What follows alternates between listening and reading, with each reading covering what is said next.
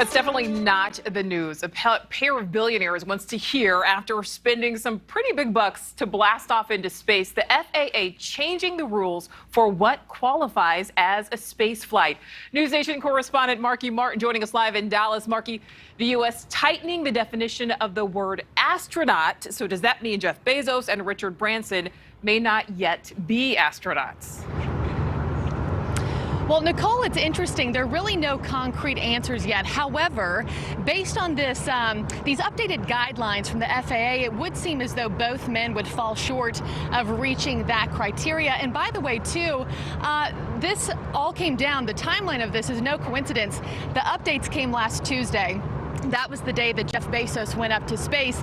And these are guidelines that haven't been changed since 2004. So this is how big of an event both of these launches have been. According to the FAA, you have to be an astronaut if you've traveled 50 miles above Earth's surface into space. So check for both of those men. And also wanted to read this. The agency said that they have to, quote, demonstrate activities during flight that were essential to public safety or contributed to human spaceflight safety. And while they certainly helped usher in this new era or this new age of space tourism, it is kind of hard to argue that being buckled in and enjoying the view demonstrated anything essential in flight. Not diminishing their accomplishments, but just the finite rules of this does make it seem that they would fall short. You also have to be nominated for those commercial wings. And then the only other two ways to get it, Nicole, are either through the military or through NASA.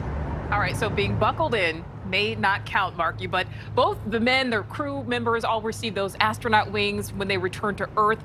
So were those just for show then? And is there any chance Bezos and Branson may become now certified astronauts? Great questions. The first ones, the pins were decorative. So both of those pins were designed by both of those men's companies. There is a glimmer of hope for Branson and Bezos, because according to these new FAA updates, you can receive honorary wings based on merits from the FAA administrator.